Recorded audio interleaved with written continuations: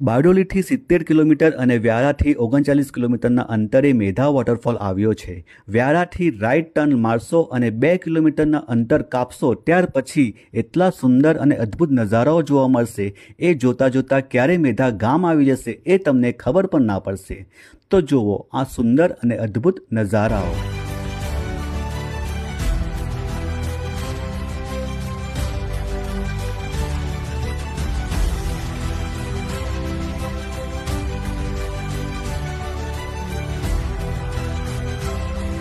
મેધા ગામમાં પહોંચીને ત્યાંથી 30થી 40 મિનિટનું ટ્રેક કરીને વોટરફોલ પાસે તમે પહોંચી જશો.